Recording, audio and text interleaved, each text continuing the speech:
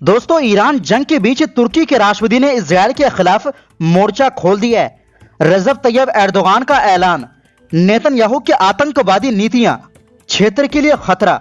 और अगली खबर, जंग के बीच ईरान को होने वाला है बड़ा फायदा। इस एक दांव से मिलेंगे 15 अरब डॉलर। तेल पर से बैन हटने के संकेत। वहीं अल अक्सा मस्जिद में ईद पर पाबंदी। जेरूसलम में सख्ती, नमाजियों पर आंसू गैस से हमला। लेकिन गाजा पट्टी में 3 साल बाद बिना बमबारी की आवाज में मनाई गई ईद। दिखाएंगे गाजा की तस्वीर, पूरी दुनिया को कर दिया भावुक। इनके अलावा दुनिया भर में कैसे मनाई गई ईद उल फित्र, ये भी आपको दिखाएंगे। दोस्तों, सभी खबरें बताने से पहले आप सभी दोस्तों को ईद की बहुत बहुत मुबारकबाद। आप भी कमेंट में ईद मुबारक जरूर लिखें। दोस्तों, तुर्की के राष्ट्रपति रजब तैयब एर्दोगान ने शुक्रवार को कहा कि इजरायली प्रधानमंत्री बेंजामिन नेतन्याहू का आतंकवाद क्षेत्रीय और वैश्विक शांति दोनों के लिए खतरा बना हुआ है। एर्दोगान ने कहा, नेतन्याहू का आतंकवाद क्षेत्रीय और वैश्विक शांति के लिए खतरा बना हुआ है और ईरान से होने वाले हमलों ने हमारे क्षेत्र में अस्थिरता को और गहरा कर दिया है। उन्होंने ये भी कहा कि तुर्की शांति बहाल करने, स्थिरता लाने और संवाद व कूटनीति को आगे बढ़ाने के लिए अपने सभी साधनों का इस्तेमाल कर रहा है। ईद के मौके पर एर्दोगान ने खास तौर पर गाजा के लोगों के साथ एकजुटता जताई, जहां लोग जंग और तबाही के बीच ईद मना रहे हैं। उन्होंने कहा कि हम उम्मीद, सब्र और एक दूसरे के सहयोग से इस मुश्किल दौर को जल्द पार कर लेंगे। उन्होंने पूरे इस्लामी दुनिया का जिक्र करते हुए कहा कि आज मुस्लिम देश एक बार फिर चुनौतियों, साजिशों और मुश्किल हालात से गुजर रहे हैं, लेकिन एकता से इनका सामना किया जा सकता है। इसके अलावा एर्दोगान ने क्षेत्र के अन्य तनाव पर भी बात की और बताया कि पाकिस्तान और अफगानिस्तान के बीच चल रहे संघर्ष में तुर्की की कोशिशों से ईद के दौरान अस्थायी युद्ध विराम संभव हुआ। उन्होंने उम्मीद जताई कि यह संघर्ष विराम स्थायी शांति में बदल सकता है। इसी के साथ दोस्तों, एक हमले ने जंग के बीच ईरान को बड़ी राहत दे दी है। दरअसल कतर पर अटैक के बाद अमेरिका ईरानी तेलों पर से बैन हटाने की तैयारी में है। ऐसा होता है तो समुद्र में फंसे ईरान के 140 मिलियन बैरल तेल तुरंत बिक सकता है। इन तेलों को ईरान अपने हिसाब से बेच सकता है। ईरान के पास इन तेलों की कीमत तय करने की भी आजादी रहेगी।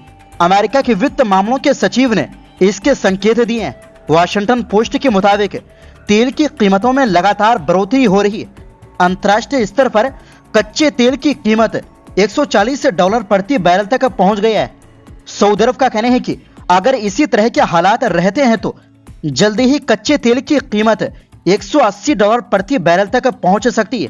रिपोर्ट के मुताबिक अमेरिका अभी सिर्फ उन तेलों को बेचने की परमिशन देगा जो समुद्र में फंसा है। अमेरिका की कोशिश इन तेलों को एशिया और यूरोप भेजने की है, जिससे इन दोनों द्वीप के लोगों को राहत मिल सके।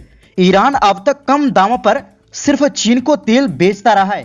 अगर उस पर से प्रतिबंध हटता है तो ईरान को कम से कम 15 अरब डॉलर यानी 1.4 ट्रिलियन रुपए की कमाई हो सकती है।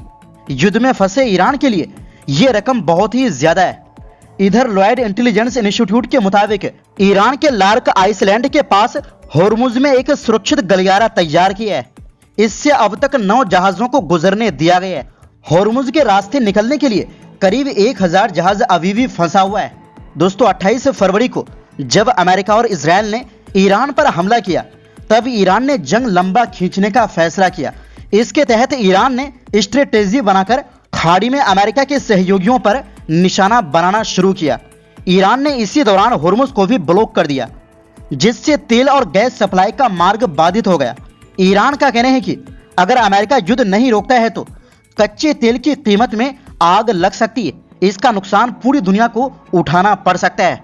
वहीं दूसरी ओर दोस्तों, 20 मार्च को दुनिया के कई हिस्सों में मुसलमानों ने ईद उल फित्र बड़े उत्साह और खुशी के साथ मनाया।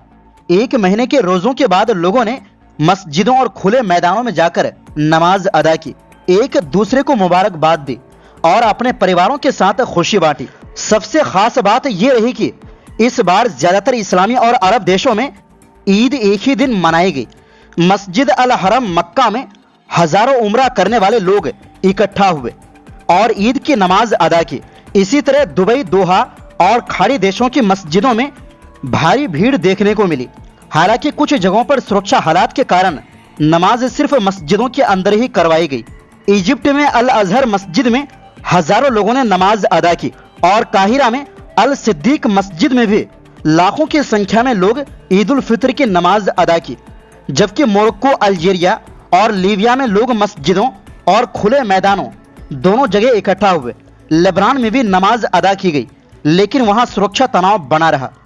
तुर्की के इस्तांबुल में ऐतिहासिक मस्जिदों जैसे हागिया सोफिया और बुलू मस्जिद में भारी भीड़ रही, जहां हजारों लोगों ने एक साथ नमाज अदा की। रूस के सेंट पीटर्सबर्ग में हजारों मुसलमानों ने ईद उल फित्र की नमाज अदा की। वहीं इंडोनेशिया की राजधानी जकार्ता में भी बड़ी संख्या में लोग खुले मैदानों में इकट्ठा होकर नमाज पढ़ते दिखाई दिए। वहीं ईरान में भी अमेरिका इजरायली हमलों के बीच लोगों ने ईद की नमाज पढ़ी और बाकी दुनिया के कई हिस्सों में ईद उल फित्र के दौरान खुशी देखी गई। लेकिन दोस्तों, ईद के दिन फिलिस्तीन में खुशी की बजाय गम और बेचैनी का माहौल देखने को मिला, क्योंकि इजरायली पाबंदियों के चलते हजारों लोगों को मस्जिदों तक पहुंचने से रोक दिया गया। सबसे बड़ी बात अल अक्सा मस्जिद को लेकर सामने आई, जहां 1967 के बाद पहली बार पूरी तरह से ईद की नमाज पर रोक लगा दी गई। सिर्फ कुछ गिने चुने वक्फ कर्मचारियों और गार्ड्स को ही अंदर नमाज पढ़ने की इजाजत दी गई, जबकि आम मुसलमानों को मस्जिद में दाखिल होने से रोक दिया गया। जेरूसलम के पुराने शहर में भारी पुलिस तैनाती रही, जगह जगह बैरिकेड लगाए गए और जो लोग नमाज के लिए पहुंचने की कोशिश कर रहे थे उन पर आंसू गैस के गोले तक छोड़े गए। इसके बावजूद कुछ लोगों ने बाब अल असबात और बाब अल अमूद के पास सड़कों पर ही नमाज अदा की, लेकिन बाद में उन्हें वहां से भी हटा दिया गया। दूसरी तरफ हेब्रोन में मौजूद इब्राहिमी मस्जिद में भी कड़ी पाबंदियां लगाई गई। यहां सिर्फ करीब 80 लोगों को ही अंदर जाने की अनुमति दी गई। मस्जिद के ज्यादातर गेट बंद कर दिए गए और आने वाले हर शख्स की सख्त जांच की गई। ये भी याद रखना जरूरी है कि 1994 के बाद से इस मस्जिद को बांट दिया गया है, जिसमें बड़ा हिस्सा यहूदियों के लिए और छोटा हिस्सा मुसलमानों के लिए रखा गया है, जो पहले से ही विवाद का बड़ा कारण रहा है। इन सभी घटनाओं से साफ है कि इस बार ईद का दिन इबादत से ज्यादा पाबंदियों और तनाव के बीच गुजरा। जहां एक तरफ लोग अपनी धार्मिक परंपराएं निभाना चाहते थे, वहीं दूसरी तरफ इजराइल की गंदी हरकत ने हालात को बेहद मुश्किल बना दिया। हालांकि दोस्तों, इसी बीच गाजा को लेकर अच्छी खबर है। अल जजीरा के मुताबिक सोशल मीडिया पर गाजा से सामने आई तस्वीरों और वीडियो ने लोगों को भावुक कर दिया, जहां इजरायली हमलों के रुकने के बाद पहली बार लोगों ने ईद की नमाज अदा की और 3 साल में यह पहली बार हुआ। इन वीडियो में देखा गया कि लोग टूटी हुई मस्जिदों और मलबे के बीच ही ईद उल फित्र की नमाज पढ़ रहे हैं। चारों तरफ तबाही के निशान है, लेकिन इसके बावजूद लोगों के चेहरों पर सब्र और हिम्मत साफ नजर आ रही। मध्य गाजा के नुसैरात कैंप और उत्तर में जवालिया कैंप जैसे इलाकों से भी ऐसे ही दृश्य सामने आए, जहां भारी तबाही के बावजूद लोग खुले मैदानों और खंडहरों में नमाज के लिए इकट्ठा हुए। दक्षिणी गाजा के खान यूनिस में भी विस्थापित लोग मस्जिदों के खंडहरों के बीच ईद की नमाज पढ़ते दिखे। एक वीडियो में एक महिला अपने शहीद भाइयों को याद करते हुए तकबीर पढ़ रही थी। यह दृश्य बेहद भावुक करने वाला था। इस बीच कुछ वीडियो ऐसे भी सामने आए जिनमें छोटे छोटे बच्चे सादगी के साथ ईद की खुशी मनाते दिखे। युद्ध और तबाही के बीच उनकी छोटी सी मुस्कान लोगों के दिल छू गई। एक शख्स ने अपनी बेटी के नए कपड़ों की तस्वीर शेयर करते हुए लिखा कि कई सालों बाद पहली बार मेरा बच्चा ईद के कपड़ों के साथ सोया है। तो दोस्तों, फिलहाल के लिए इस रिपोर्ट में बस इतना ही। फिर मिलते हैं एक नई रिपोर्ट्स के साथ।